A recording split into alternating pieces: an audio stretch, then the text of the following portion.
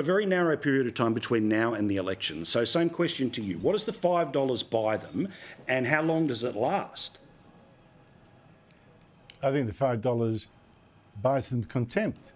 I mean, you saw Ken Heatley go out to Bennelong and interview locals. I said, you know, he was asking them, will $5 make you vote Labor? Oh, absolutely not. So don't touch the sides. I mean, of course it won't. $5, I mean, the way coffee prices are going, that won't buy you even a cup of coffee a week for your family. I mean, it's insane. It's just, as you say, to buy a headline in order to hide the real truth. And this is the whole thing about this budget, right? So much of the budget is actually designed to hide Labor's failure. So, miserly tax cuts to hide the fact that our growth is anemic and living standards have fallen. You've had a little $150 handout for your power prices to hide the fact that Labor's absolutely stuffed the electricity system and sent your electricity bills way up instead of down.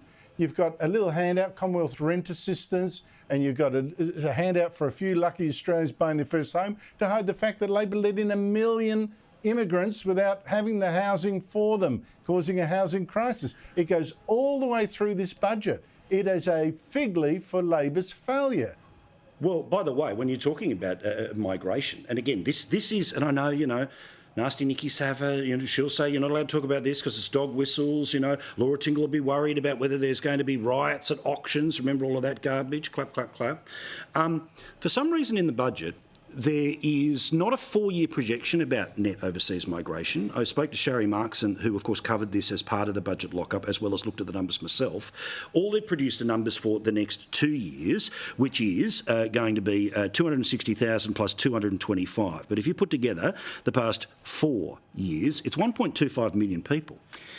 Yeah, but don't forget these are estimates, and so they're estimating 260 for next year, which is what they estimated for this year and got 345. So they keep overshooting their estimates, and I would have thought that target is too high anyway.